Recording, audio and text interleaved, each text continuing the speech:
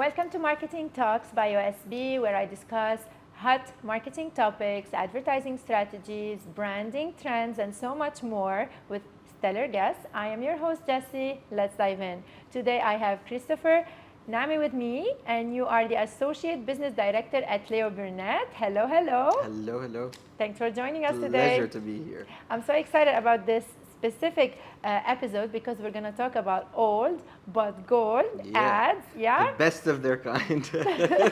And the best part of this is that I have no idea which ads did you choose. You're going to keep this we're going to keep it a surprise. It's going to be a surprise. I don't mind. I like surprises. But you promised me that they're going to be the best old and they're going to be a bit shocking because many people don't know that these started off as campaigns or that these things had campaigns involved in them. Really? Yeah. All right. So let's get started with advertising in general, or maybe offline, online. I don't know how you want to set up. Honestly, I think it's pretty. Let's start with advertising in general because a lot of people assume advertising is just selling things. Correct. But it's not exactly that. Now, we're not going to delve into the details of what advertising is. Instead, let's talk a bit about the history of advertising. Sure. So, if we take Coca Cola, for example, one of the major brands that everyone knows and recognizes, if we look at their history when it comes to how they communicated, and we really notice the change in their presence and the things that they did, and in the style that they did it. So even the branding and the logo. Exactly. Everything from the branding to the coloring to everything, it always changed with time. The more they learned what worked and the more they learned what stood out and what people liked, the more they did it. So in the 1800s, Coca-Cola would do flyers. They didn't even do any kind of advertising. They just had flyers. They had these drawings of proper British style women on carriages, and they'd be served like a tray with like a cup, and then their slogan was "Drink Coca Cola." That was pretty much it. Now there's years and years of evolution to their slogan and to their line. Started off with "Drink Coca Cola," and now we're somewhere at making magic. So and open happiness. Exactly. So all of these things were evolutions of advertising, and from press ads to somewhere in the 1900s, somewhere in the middle, Coca-Cola noticed that there was a shift in people's attention span. So Coca-Cola noticed that print no longer worked on its own. They needed to go into radio. They needed to go into TV. They needed to go mass. They needed to reach more people. They needed to become entertaining. Until in the end, today, we are at a digital age. And Coca-Cola is one of the brands that dominate when it comes to digital things, be it on social, be it on anything or any kind of presence on digital. So stepping back from Coca-Cola, we see the evolution of advertising through one brand, going from press ads and simple flyers up until digital domination with a huge audience and the need to entertain and the need to interact with people. So that's a small intro. It doesn't really change things of what we're going to talk about today. But it's a very nice way to look at advertising in the past and how it is today. And at the same time, to really understand that each time had its own prime, if I may, or it had its own needs, and the advertising mirrored that need. So if we want to just take a step back and go back to the 1800s, print was in because colored printing was out. Colored was in the end of the 1800s. So flyers were impressive at the time. Today, if I send you a flyer and I put it on your car, you're most likely going to crumple it and throw it in the garbage. Correct. So that was then. Some way mid-1900s, radio was phenomenal. Broadcasting on the radio, I can hear you without seeing you. That's astonishing. So it was quite crazy. And that was where the brands went. And then TV came, black and white TV, then digital TV, then color TV. And then we moved into social media. So we're always evolving with the needs of our consumers. And when we talk about the ads that the iconic ads that I've chosen for us today, we're going to notice that sometimes if I look back and I put this ad today, in today's world, it will fail. It will fail. Yeah. Uh-huh. So and I have one example that will shock you that it actually did fail. But don't you think that maybe also some of them would still make sense in today's world? Definitely, because they always stem from human insights. And a good piece of communication, to be able to withstand the test of time and become iconic, it needs to stem from human behavior. It cannot be just random communication. Yeah. It needs to really touch you. It needs to touch you. You need to feel it. You need to understand it. You need to visualize yourself in it. All right, so let's get started. Yeah. What do you think? We Let's start go. with our top 5. We start with our Yes, they're first top one. 5. Today we have top 5. Number 1. Number 1, I Number am going to tell you about the story of how we started giving out diamond rings as engagement rings. Oh. Because that was not a tradition. That was actually a campaign done by De Beers in the 1940s. Okay. In 1940, De Beers decided that diamonds aren't really selling. They're not really selling. People can't afford them. And people, if they will not put 2 salaries away to buy a diamond ring for a potential spouse. It was not the practice. So what they did was they created this parallelism between the diamond and its everlasting beauty and the fact that it's durable and it will never go dull, it will never change, it will always remain the strongest substance that you could come across. Yes. And they created this parallelism between that and a relationship and an enduring marriage. So to seal the deal, they created the slogan, "A diamond is forever." And forever would stand for the longevity of the diamond, but also the longevity of the relationship itself. So that was a campaign that was crafted in 1940 by De Beers that became a tradition where whenever anyone would propose, they would always buy a solitaire diamond ring, put it on the finger of the spouse, and that would signify a positive omen, perhaps, to the marriage itself. Nice. And that's a tradition that still stands to this day. Yeah, but people don't really know that. Yeah, some people don't know that. They just Did you know that? Yeah, because I'm in the field. I know that. But most probably maybe men don't know that. They just feel like if I want to propose, I have to go get her a diamond ring. But now, if they're watching this episode, they know why. For any diamond sellers, you're welcome. No, but really, it's quite nice. And it really shows you, remember how we were talking about how when it's human and when it really touches you?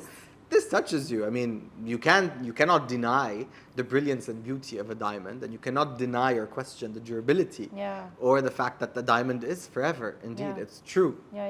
And when you equate it with a relationship, you'd want your relationship to be as good as a diamond. 100%. So that's that. That's exciting. What so about, that's number 1. That's number 1. Let's go to number 2. Let's go to number 2. Number 2, we're going to be talking about a brand that everyone is familiar with and everyone really loves and potentially has around you, and that is Apple. Apple.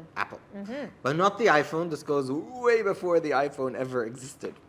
Which one? And that would be Macintosh. Macintosh. So Macintosh was the laptop, obviously, well, basically Apple Macintosh didn't only sell laptops. They sold many other things. But let's talk laptops for this example, because it was about the Apple Macintosh being released.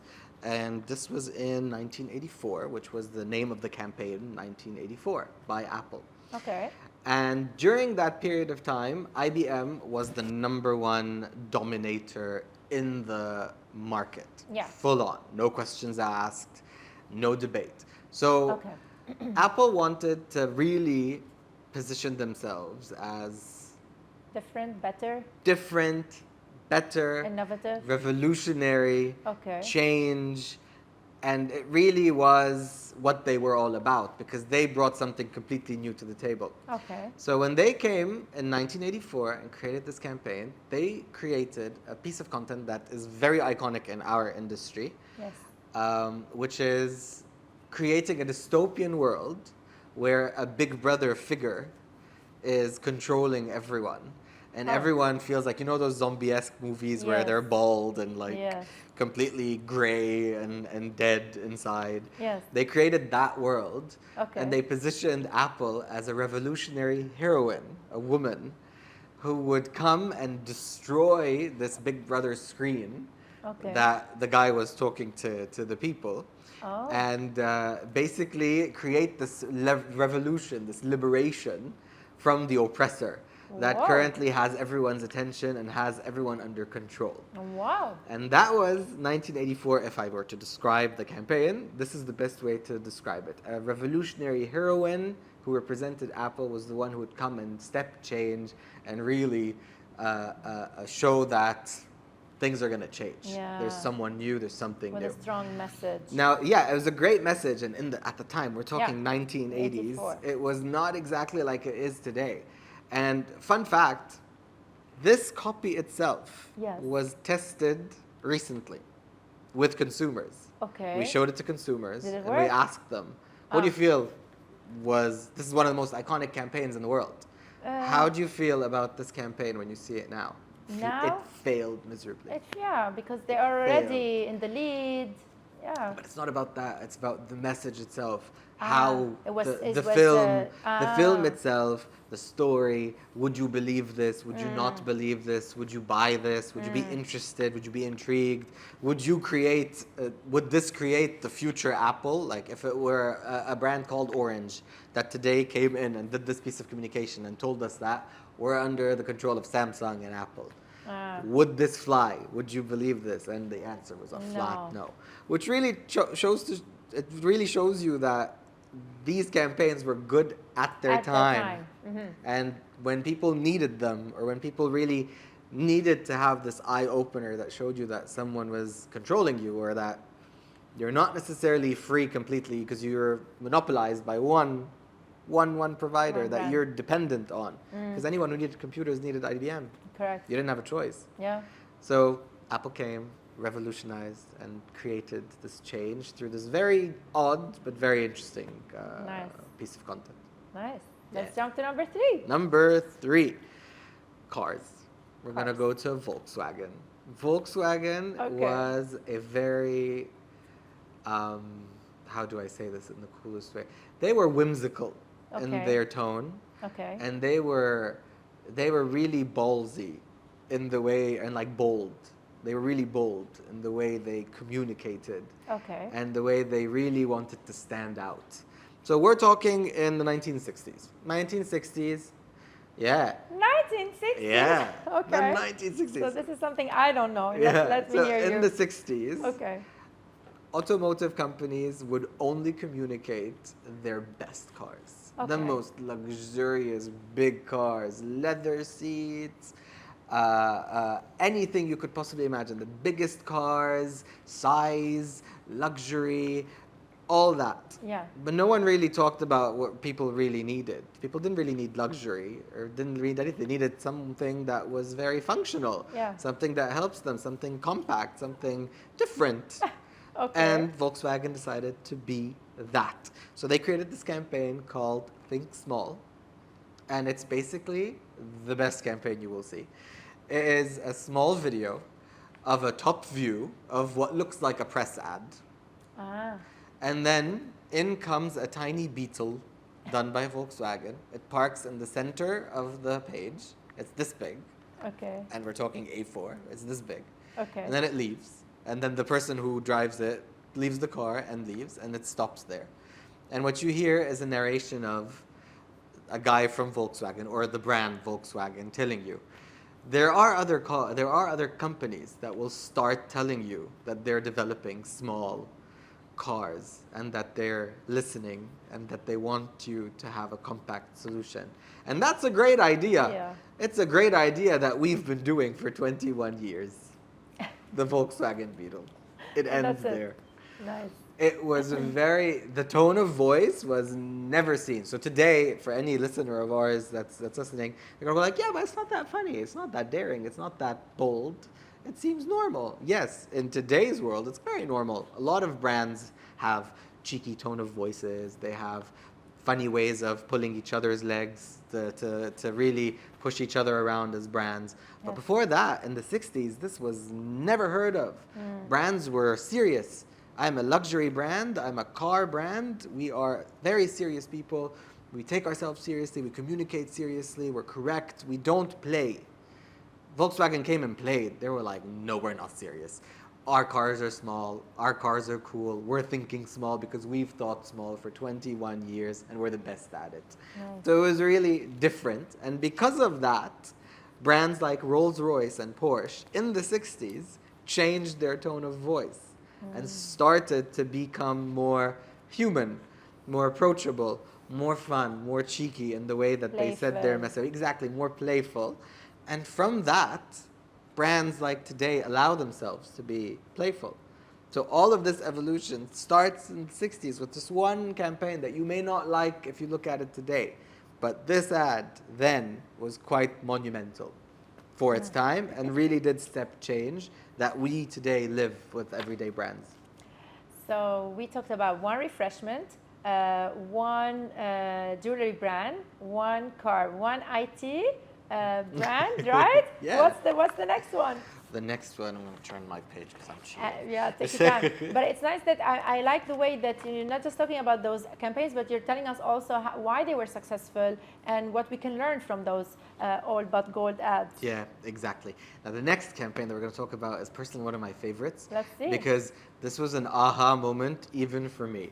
Okay. And I'm someone who's in the advertising industry, right? So Yeah. I'm subjected to a lot of ads, 24/7, best cases and everything. So this couldn't have passed my radar, and I never knew it existed. All right, tell us. The Michelin Guide. Oh. The Michelin Guide. I was once in Paris, and I was sitting, and they told me that this place was on the Michelin Guide. Didn't have a Michelin star. It was on the Michelin Guide. And in my mind, I was like, interesting. Michelin sounds like the tire company. Yeah. And then they're like, yeah, it is the tire company. I'm like, I'm sorry, what? I'm like, the best restaurants on planet Earth are rated and talked about by a tire company? What is this exactly? And they're like, yes. So I went, naturally, because I'm a total nerd. I went and I did my research, and indeed, the Michelin Guide was the first of its kind activation that what we today, in today's world, we call it an activation that a brand did Yeah. to engage with the people. Back then, it was the first ever activation that a brand ever did. Okay. So, picture this. Yes. I'm going to ask you a question, and you're going to let me know what you think. How do you sell more tires when there are only 3,000 cars on the road? Potholes. Potholes. I love that. No. You know, that's off topic. This is like a conspiracy theory. Whenever I see a pothole in front of a place, like a tire shop, I go like, you probably drilled that yourself and you just want to make more money out of it. No, but seriously, how do you actually sell more tires if you know that there's such a limited number of people on the streets? There's a limited number of vehicles on the streets. And to answer you, and the reason why I'm asking this is because this happened in the early 1900s. So we're talking more than 100 years ago. Yeah. The Michelin brothers, it's owned by two French brothers, Yes. they decided that, okay, we want to sell more tires, especially in winter, but we need to create a need for it. So how do we do that? We How? create trips for people to go. We create the desire to drive. Okay. How do you create a desire to drive? You tell people where to go. You Okay. invent this culture of Road trips. road trips, Okay. of going on a mission in order to do something or to be somewhere. Okay. So what Michelin did was they created the Michelin Guide.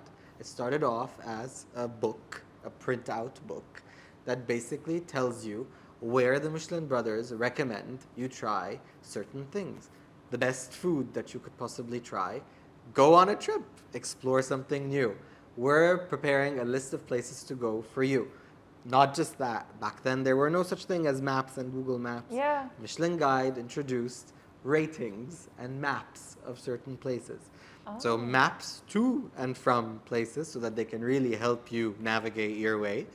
They also gave you ratings of these places so that you can get excited, and reviews of the food, reviews of the atmosphere and all that. Nice. And this is where, believe it or not, reviewing culture came to be. Started? Wow. Michelin brothers wanted to sell more tires. They created a book to basically enable people to go on trips and enjoy the best of the best. And not only that, I mean, it takes also, Yeah, that's yeah. first layer to really understand it, but there was also a sense of luxury to it, because Michelin is a luxury tire. It's not your average tire. It's pricey, Yeah. and it's quality, And they wanted to reflect that as well in their guide, because their guide gave you the best restaurants. They never would rate someone bad and put it on the definitely. guide.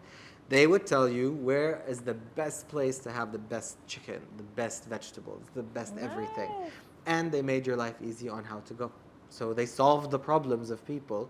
They don't know where to go. They don't know how to get there. And they don't know anything about this place. They And gave they're them gonna- all this information and were like, now it's at the palm of your hands. Learn how to drive. Buy a car. Buy tires. And then you'll be happy to go. Yeah, that's Isn't that so crazy? creative. I had no idea Thanks that for Michelin sharing was this with that. us. I love it. Isn't it? Yeah, 100%. I think we still have We one. still have one. And Yeah. the best one, I think I'm keeping Did you it till keep it the till the end. end? Yeah. The best one. Let's see. It's because it's relatable to everyone. So most of our listeners are from here, so they know of our culture, they know of our past, and the best ads that we have are here in Lebanon. And not the best ads because of their ads. The best ads that use one special thing across the board, and that's music.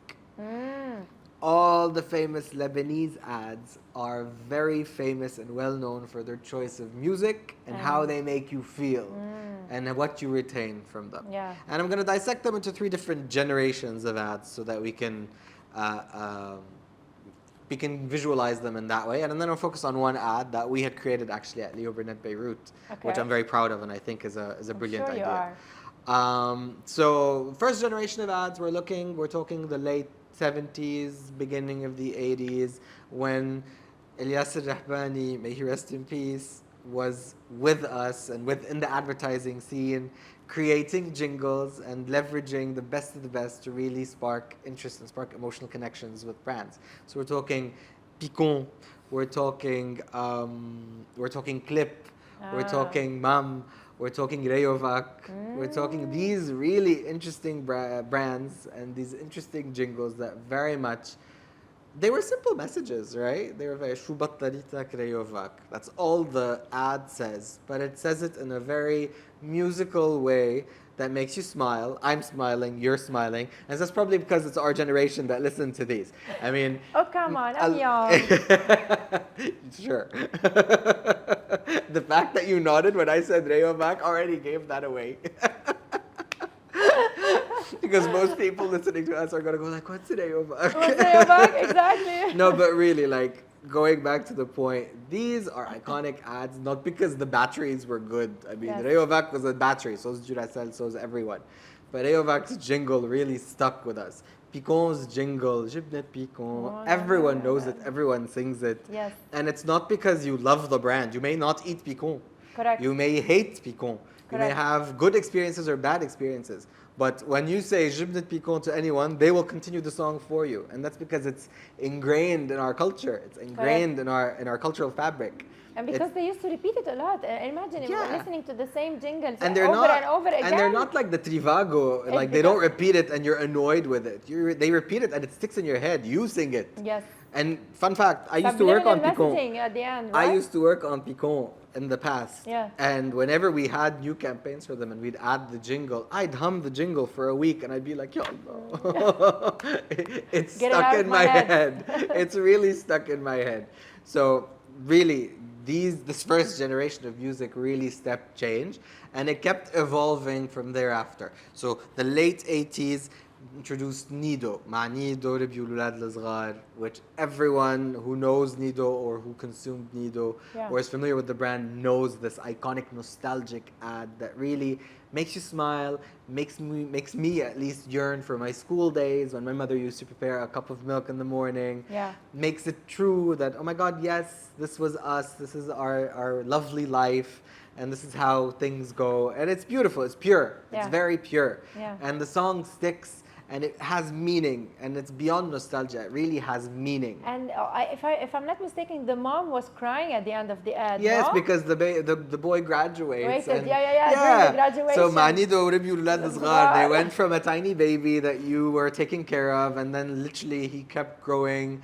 And then the song says ذكريات أيام سعيدة, because Yes. you're always living in good memories that you as a whole family are creating. And then ربيوا الولاد الصغار, it culminates in the graduation of the boy who has that moment when she tears up.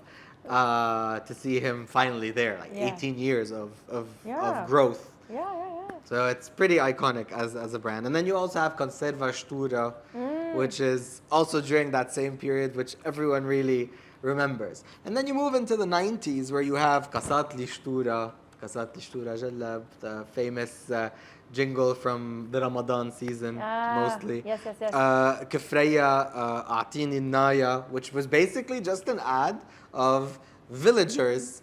There was not a single word. There was no script. There was Okay. literally nothing. It was All just footage, and that was also, I think, done by Leo Burnett. And it was literally footage of villagers working in the fields, working in their element, Yes. and that was the song in the background. People loved that ad, and it really catapulted the brand, and it became top of mind. Because why do we do music anyway? It's not just a It touches the emotion. touches the emotions, it makes you relatable, it humanizes the brand. Because at the end of the day, I mean, when you listen as a consumer to music and you really appreciate this song, and then comes a brand and creates a version of that song and grows that that song with that piece of communication, you feel like they're listening to you. You feel like it's a part of you. It's more, it's touching the masses. It's not niche. It's not stiff as advertising. It's very general. It's for everyone, and we are all connecting together. So it really opens up the arms of the brand whenever we have music. Now, to specify, when it comes to the idea, the campaign that I want to talk about for this music Yes. specifically, we're talking about Dewar's White Label. Yeah. And Dewar's White Label, it's all about this line, basically. Actually, one second, I want to check what was the line. Yeah, so Dewar's White Label, the line was, when it's love, it never varies. Yeah, there you go. Of You know course that. we know it. Okay, well, you know that. Of So course that- we know it. But that- listen, we have to say something also. With consistency, people would remember those. For sure. How many times we were confronted with that communication But message that's and that exactly that. billboard and that TV But that's ad. exactly the You know point. what I mean? I love that you brought that point up, because Consistency that's is key exactly here. about it. Not only were they consistent, but they were consistently doing something new. They were consistently doing something different. What did they do? What is Dewar's when it's love, it never Never varies? varies. What is this? What is this campaign? It's basically the campaign of the brand, where they always selected, so it was always about love, right? It was always about love and emotions. So the brand used to always select the best and the most famous music Of that, of time? that time, Okay. bring it, get the rights, put them on the ad, and air it to the people. And the people would just absolutely love it, to a point where people were always waiting to hear what's the next big hit that Dewar's is going to bring on their ad. Nice. And laddering up, what Leo Burnett did with the brand at the time was, they created the first ever playlist that was curated by a brand, and then shared it to the people with a CD. They gave them basically a CD. People wanted to buy the CD. There was a waiting list. It ran out of stock, just because the brand curated the best of the best love music, according to Dewar's, inspired by the ad, and they brought it to the people. I think now this strategy or this campaign could still work today, but instead of CDs, we can jump to Spotify or Anami. Exactly, like download We now have or to listen digitize now. things sometimes. Yeah. This is very nice. Let me say which one is my favorite. I think the Diamonds is Forever. Yeah, I think so too. Yeah? I mean, that's iconic. For me, it's either that or the Michelin one, because they're truly. And this one is nice as well. I eye-opening. love everything. All those 5 gold, but no wait. All but Yeah. gold ads that you mentioned with us and you shared with us today. Yeah. I hope our listeners and our viewers enjoy them as well. Thank you so much for joining us. And maybe we could do another session or another podcast later on for not the old ads, but maybe the new ones. hit ads, yes, of our New and in. of this new generation or this new era of advertising and For digital sure. advertising, maybe with CGI and those AI tools that they are Totally. using.